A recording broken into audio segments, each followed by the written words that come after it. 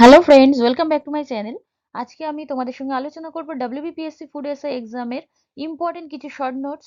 এখানে তোমরা current affairs, static GK, history, geography, science, economics সমস্ত সাবজেক্টের উপর শর্ট শর্ট নোটস তোমরা পেয়ে যাবে এই ফুড এসআই এক্সামসের আগেই।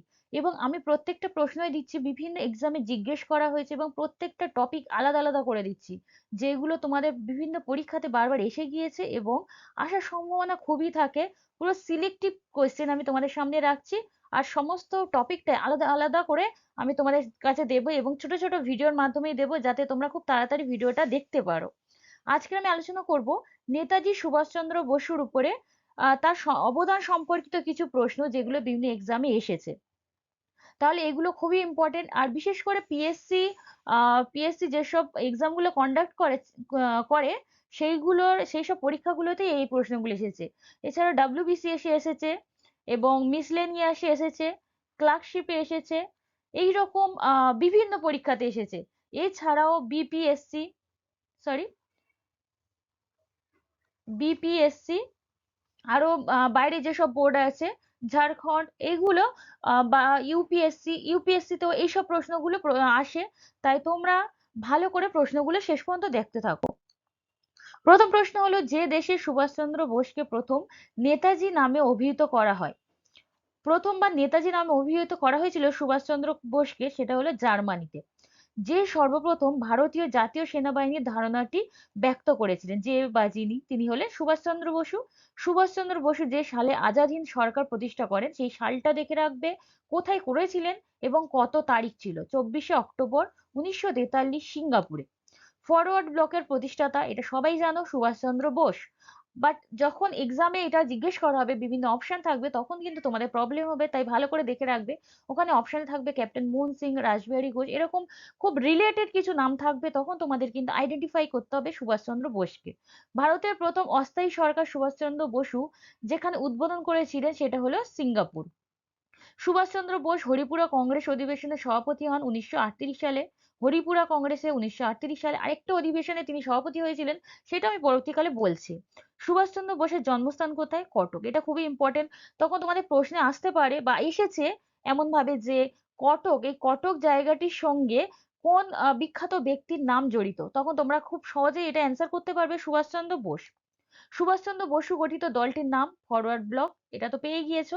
কত সালে? 1939 সালে 23শে মে তারিখে।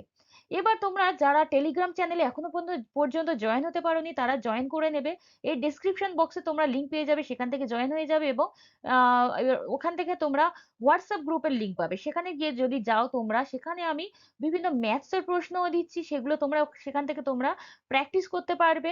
তাছাড়াও ফুড এসআই রিলেটেড যত প্রশ্ন আছে, আমি সবগুলো তো ভিডিওর মাধ্যমে এখন প্রোভাইড করতে পারবো না, কারণ খুব বেশি দেরি নেই, টাইম খুবই কম। তাই আমি কিছু কিছু প্রশ্ন হোয়াটসঅ্যাপ গ্রুপে তোমাদের হ্যান্ড রিটেন নোটস হিসাবে, ছোট ছোট নোটস আমি সেখানে প্রোভাইড করেছি, তাই তোমরা সেই গ্রুপটাতেও জয়েন হয়ে যাও। এছাড়া এর পরে ক্লার্কশিপ আছে, মিসলেনিয়াস আছে, এবং আগামী বছরের ডাব্লিউবিসিএস এর জন্য বা ডাব্লিউবিপি যারা পরীক্ষা দেবে, পুলিশের বিভিন্ন এক্সাম যারা দেবে তাদের জন্য, আর এবং রেলের, বিশেষ করে রেলের জন্য যারা পরীক্ষা দেবে, সমস্ত কোয়েশ্চেন নিয়ে আমি ওখানে ডিটেলসে আলোচনা করব।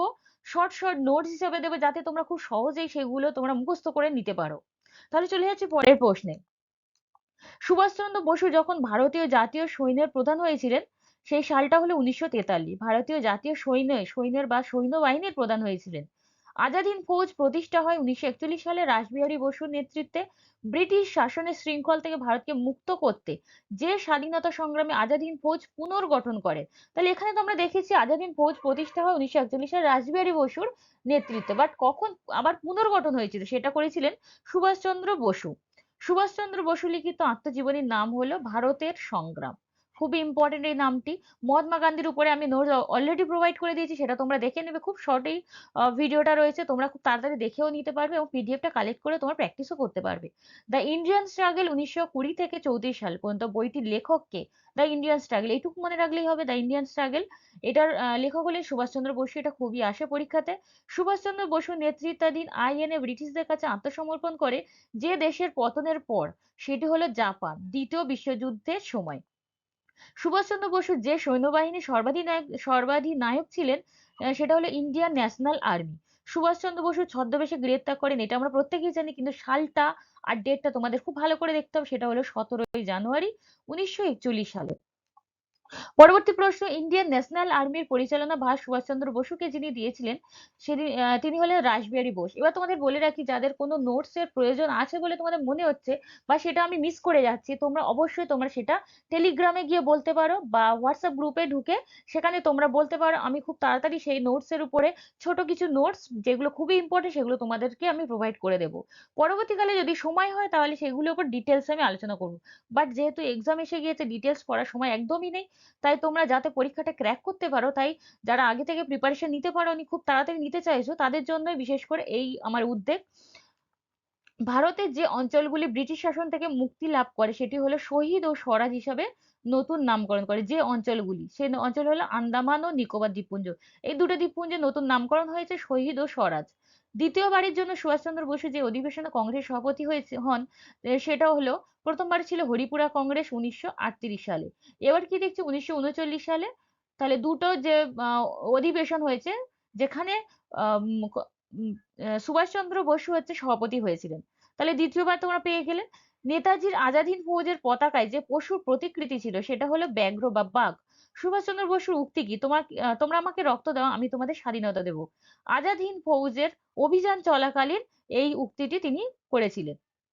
স্বাধীনতা আন্দোলন চলাকালে সুভাষচন্দ্র বসু যে সংগঠন পুনর্গঠন করেন সেটি হলো ভারতীয় সৈন্যবাহিনী সংগঠন। দেখো, এটা অপশনে কিন্তু থাকতে পারে নৌবাহিনী, তারপরে স্থলবাহিনী, বিভিন্ন রকম থাকতে পারে। তোমরা সেটা সৈন্যবাহিনী অ্যান্সার হয়ে যাবে, সেটা তোমরা একটু বুঝে অ্যান্সারটা করে আসবে। পরের প্রশ্ন, ত্রিপুরা অধিবেশনে কংগ্রেস সভাপতি হওয়ার জন্য সুভাষচন্দ্র বসু কাকে পরাজিত করে? এটা খুবই ইম্পর্টেন্ট একটি প্রশ্ন, পট্টভি সীতারামাইয়াকে। স্বাধীনতা আন্দোলনের সময় যিনি নির্বাচিত হয়েও ইন্ডিয়ান ন্যাশনাল কংগ্রেসের সভাপতির পদ থেকে ইস্তফা দেন তিনি হলেন সুভাষচন্দ্র বসু। তাহলে তিনি সভাপতির পদ থেকে ইস্তফাও দিয়েছিলেন তিনি নির্বাচিত হওয়ার পরেও। তিনি পট্টভি সীতারামাইয়াকে হারিয়েছিলেন। 1944 সালে 14 এপ্রিল সুভাষচন্দ্র বসুর নেতৃত্বে আজাদ হিন্দ বাহিনী যেখানে জাতীয় পতাকা উত্তোলন করে সেই জায়গাটির নাম হলো মণিপুর। এরপরে আমি জাতীয় কংগ্রেসের উপর ভিডিওটা সম্ভবত কালকে দেবো বলেছিলাম, কিন্তু আজই আমি দিয়ে দিতে পারি, তাই তোমরা একটু ফলো করবে। দুটো ভিডিও আজকের হয়তো প্রোভাইড করে দেবো, তোমরা একটু শেষ পর্যন্ত ভিডিওগুলো একটু দেখবে। এছাড়াও আরো যাদের প্রবলেম আছে তোমরা অবশ্যই আমাকে বলতে পারো। আজাদ হিন্দ ফৌজের আজাদ হিন্দ ফৌজের দিল্লি চলো অভিযানে নেতৃত্ব দেন কে? সুভাষচন্দ্র বসু।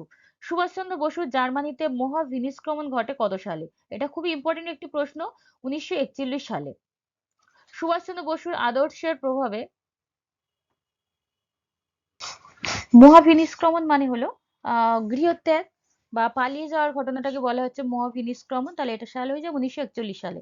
সুভাষচন্দ্র বসুর আদর্শের প্রভাবে যে বিদ্রোহ, এটা খুবই ইম্পর্টেন্ট একটি প্রশ্ন, সেটা হলো নৌ বিদ্রোহ। 1946 সালে নৌ বিদ্রোহ হয়। সুভাষচন্দ্র বসুর আদর্শের জন্য এই বিদ্রোহটি হয়েছিল। মানে এই বিদ্রোহের জন্য মানুষ বেশি আন্দোলন করেছিল। আর এইটার জন্য স্বাধীনতা আন্দোলনেরও অগ্রণী ভূমিকা পালন করে এই নৌ বিদ্রোহ। তাহলে আজকে ভিডিওটা এই পর্যন্ত। যাদের মনে হবে যে এরকম প্রশ্ন তোমাদের আরো দরকার, তাহলে অবশ্যই তারা সাবস্ক্রাইব করে রাখবে এবং পাশে থাকা বেল আইকনটি অন করে রাখবে, যাতে সবার প্রথমে তোমরা নোটিফিকেশনটি পেয়ে যেতে পারো। তাহলে গুড বাই, আজকের পর্যন্ত এই পর্যন্ত। ধন্যবাদ।